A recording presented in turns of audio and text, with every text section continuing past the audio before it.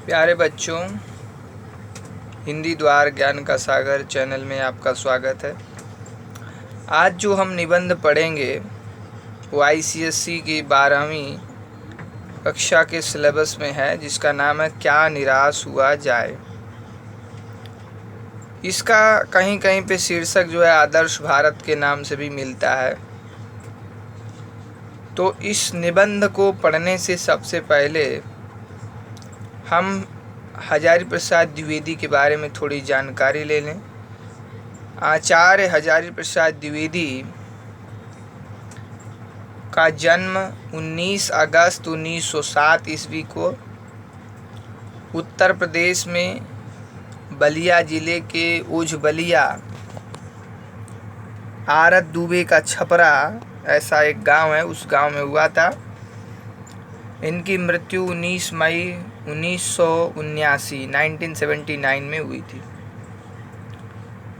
इन्होंने मुख्य रूप से निबंध लिखा और जिसमें सबसे प्रसिद्ध इनका निबंध आलोक पर्व है। ये निबंधों का संग्रह भी है। इस पर इन्हें 1973 में 1973 में साहित्य अकादमी का पुरस्कार मिला।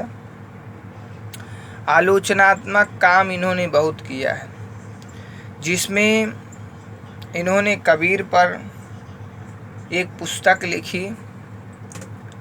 1949 में इसी पुस्तक पर इन्हें डीलिट की उपाधि लखनऊ विश्वविद्यालय से मिली। भारत सरकार ने इन्हें 1957 में पद्म भूषण से सम्मानित किया था। इसके अलावा इनका जो प्रसिद्ध उपन्यास है, इन्होंने 4 उपन्यास लिखे हैं, जिसमें बाणभट्ट की आत्मकथा, पुनर्नवा, चारु चंद्रलेख, अनाम दास का पोथा, ये इनके उपन्यास हैं। तो 4 उपन्यास इन्होंने लिखे हैं और मुख्य रूप से ये हमारे सामने निबंधकार के रूप में ही आते हैं। आलोचना के क्षेत्र में भी इन्होंने बहुत काम किया है। जैसा कि मैंने बताया, कबीर इनकी प्रसिद्ध पुस्तक है। कबीर के अलावा इन्होंने हिंदी साहित्य का उद्भव एवं विकास, हिंदी साहित्य का आदिकाल, ठीक है, इस तरह से कुछ पुस्तकें लिख करके हिंदी साहित्य के इतिहास लेखन के काम को आगे बढ़ाया है। आज हम जिस निबंध को पढ़ने जा रहे हैं, उस निबंध की जो पृष्ठभूमि है वो वर्तमान भारत की दशा को दर्शाने की कोशिश लिए हुए है। तो हम निबंध शुरू करें। मेरा मन कभी कभी बैठ जाता है, समाचार पत्रों में ठगी, डकैती, चोरी, तस्करी और भ्रष्टाचार के समाचार भरे रहते हैं। आरोप प्रत्यारोप का कुछ ऐसा वातावरण बन गया है कि लगता है देश में कोई ईमानदार आदमी ही नहीं रह गया है। हर व्यक्ति संदेह की दृष्टि से देखा जा रहा है।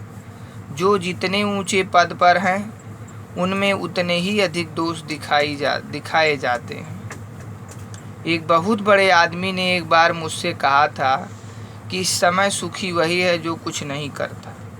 जो कुछ भी करेगा उसमें लोग दोष खोजने लगेंगे, उसके सारे गुण भुला दिए जाएंगे और दोषों को बढ़ा चढ़ा कर दिखाया जाने लगेगा। दोष किसमें नहीं होते, यही कारण है कि हर आदमी दोषी अधिक दिख रहा है, गुणी कम या बिल्कुल ही नहीं। स्थिति अगर ऐसी है तो निश्चय ही चिंता का विषय है। इस पैराग्राफ को हम समझ लें। इस पैराग्राफ में आचार्य द्विवेदी क्या कहना चाहते हैं, तो इसमें की जो सबसे बड़ी इम्पोर्टेंट लाइन जो है, आप देखिए कि इस समय सुखी वही है जो कुछ नहीं करता। जो कुछ भी करेगा उसमें लोग दोष खोजने लगेंगे, ठीक है, उसके सारे गुण भुला दिए जाएंगे और दोषों को बढ़ा चढ़ाकर दिखाया जाने लगेगा। यानी इस पंक्ति के माध्यम से कहानी का लेखक यही कहना चाहते हैं कि दुनिया में पहली बात तो बहुत कम लोग हैं जो कुछ करना चाहते हैं, और अगर कोई कुछ करता है, कोई अच्छा काम करता है, कुछ आगे बढ़ने की कोशिश करता है, तो लोग उसकी अच्छाई को नज़रअंदाज करके उसके जो दोष हैं, उसकी जो बुराइयां हैं, उसको बढ़ा चढ़ा कर दिखाने लगते हैं, और दोष को ही जब आगे ला करके दिखाने लगते हैं तो किसी भी इंसान की जो अच्छाई है वह दब जाती है। इसलिए लेखक कहते हैं यही कारण है कि हर आदमी दोषी अधिक दिख रहा है, गुणी कम या बिल्कुल ही नहीं। इसको भी आप अंडरलाइन कर लीजिए, यही कारण है कि हर आदमी दोषी अधिक दिख रहा है, गुणी कम या बिल्कुल ही नहीं। क्यों दिख रहा है? क्योंकि हम या हमारा जो वर्तमान समाज है वह किसी भी व्यक्ति की जो अच्छाई है, जो उसके अच्छे गुण हैं, उसको कम दिखा रहा है। उसकी जो कमजोरी है, उसमें थोड़ी बहुत जो बुराई है, उसी को ही सामने ला करके दिखा रहा है। उसको एक तरह से कहें तो बदनाम करने की कोशिश कर रहा है। तो इसी तरह अगर स्थिति है तो ये निश्चय ही चिंता का विषय है। ये कह रहे हैं स्थिति अगर ऐसी है तो निश्चय ही चिंता का विषय है। ऐसा इसलिए सोच रहे हैं क्योंकि लेखक देखते हैं कि समाचार में ठगी, डकैती, चोरी, भ्रष्टाचार ये सब का पूरा मिलता है। आरोप प्रत्यारोप यानी एक दूसरे पर आरोप लगाना, आरोप प्रत्यारोप यानी उसका जवाब है। ठीक है, ये सिलसिला चल रहा है। हम देख भी रहे हैं कि नेता लोग एक दूसरे को आरोप लगा रहे हैं। जैसे कि आज हम देख रहे हैं विकास दुबे जो काम किया, उसके लिए नेताओं में आपसी होड़ लगी, एक दूसरे को आरोप प्रत्यारोप कर रहे हैं। और हम जान भी रहे हैं क्योंकि आज ही इसी 5 वर्षों में, विगत 5 वर्षों में ही ऐसा कुछ नहीं हुआ है। क्योंकि कोई भी व्यक्ति अगर दादागिरी करता है, कुछ काम कर रहा है गलत, तो उसको बहुत पहले से पॉलिटिकल सपोर्ट मिलता है। खैर, हम अपने टॉपिक पे आए। मैंने ऐसे एग्जाम्पल आपको दे दिया है, तो आगे हम पैरा पढ़ें। अब लेखक को बड़ी चिंता हो रही है, इसलिए वे कह रहे हैं क्या यही भारतवर्ष है जिसका सपना तिलक और गांधी ने देखा था? विवेकानंद और राम तीर्थ का आध्यात्मिक ऊंचाई वाला भारतवर्ष कहाँ है?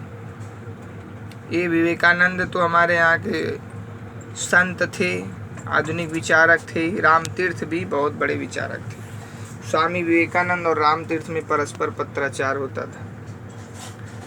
रविंद्रनाथ ठाकुर और मदन मोहन मालवीय का महान संस्कृति सभ्यता वाला, संस्कृत नहीं होगा यहाँ, संस्कृति होगा, संस्कृति सभ्यता वाला भारतवर्ष किस अतीत के गह्वर में डूब गया? गह्वर यानी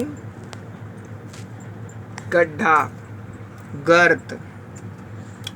तो किस गर्त में वो डूब गया है, ऐसा प्रश्न लेखक कर रहे हैं। यानी आज उस भारत का स्वरूप हमें नहीं दिखाई दे रहा है जिस भारत के स्वरूप के बारे में हमारे मनीषियों ने चिंतन किया था, विचार किया था। आर्य और द्रविड़, आर्य और द्रविड़ पुरानी मान्यताओं के अनुसार ये 2 जाति हैं, आर्य जाति और द्रविड़ जाति। माना जाता है कि उत्तर भारत में आर्य जाति थी और दक्षिण भारत में द्रविड़ जाति थी। ये 2 बहुत ही जो है उन्नत जातियां थी। ठीक है, तो हिंदू और मुसलमान, यूरोपीय और भारतीय आदर्शों की मिलन भूमि महामानव समुद्र क्या सूख ही गया?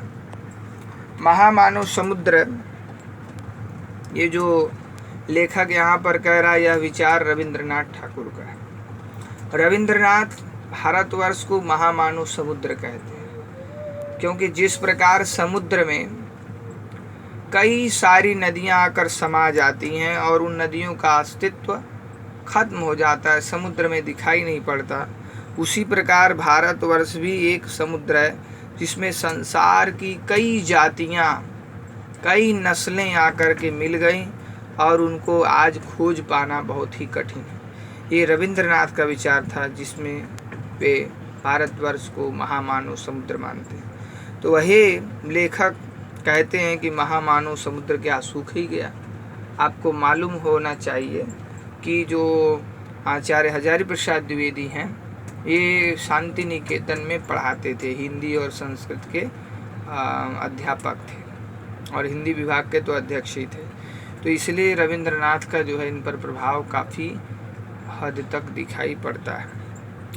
मेरा मन कहता है ऐसा हो नहीं सकता, हमारे महान मनुष्यों के सपनों का भारत है और रहेगा। ऊपर की सतह पर जितना भी कोलाहल और उथल पुथल क्यों न दिखाई दे रही हो, नीचे शांत अचंचल गांधीर्य में अब भी भारत महान है, अनुकरणीय है। आप इसको अंडरलाइन कर लीजिए, फिर से मैं दिखा दे रहा हूँ कि ऊपर की सतह पर जितना भी कोलाहल और उथल पुथल क्यों ना दिखाई दे रही हो, नीचे शांत अचंचल गांधीर्य में अब भी भारत महान है, अनुकरणीय है।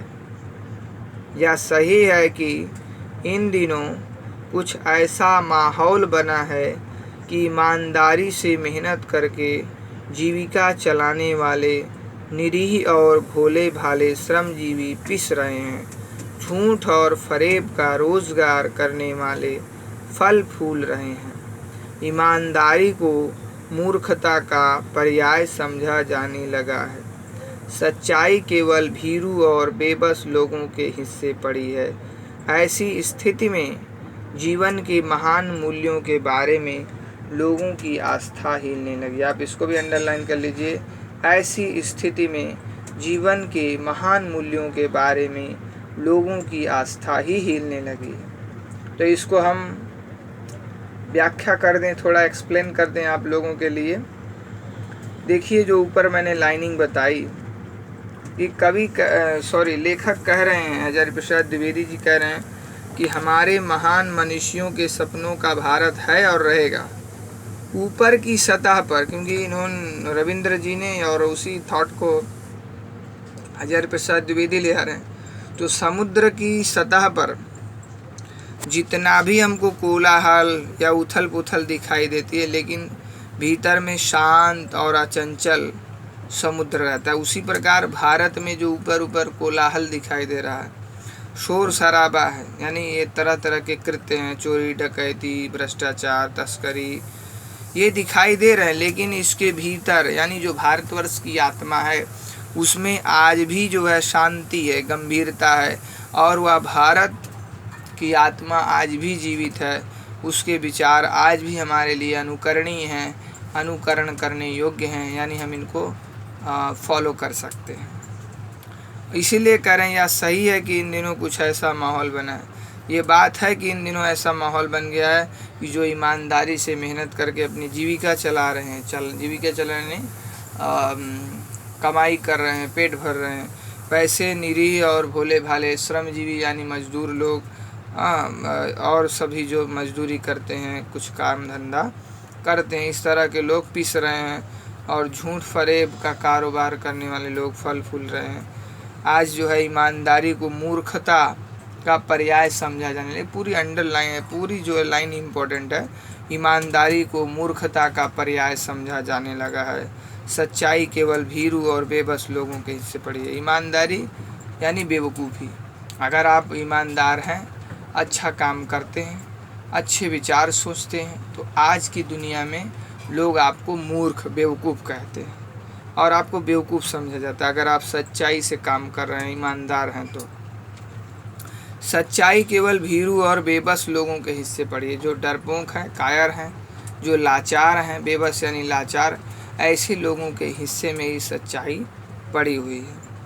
इसलिए लेखक कहते हैं कि ऐसी स्थिति में जीवन के महान मूल्यों के बारे में लोगों की आस्था ही हिलने लगी है। जीवन के महान मूल्य जो हैं, जीवन के महान मूल्य क्या हैं? ईमानदारी है, सच्चाई है, क्षमा है, दया है, करुणा है, ये सब हमारे जीवन के महान मूल्य हैं।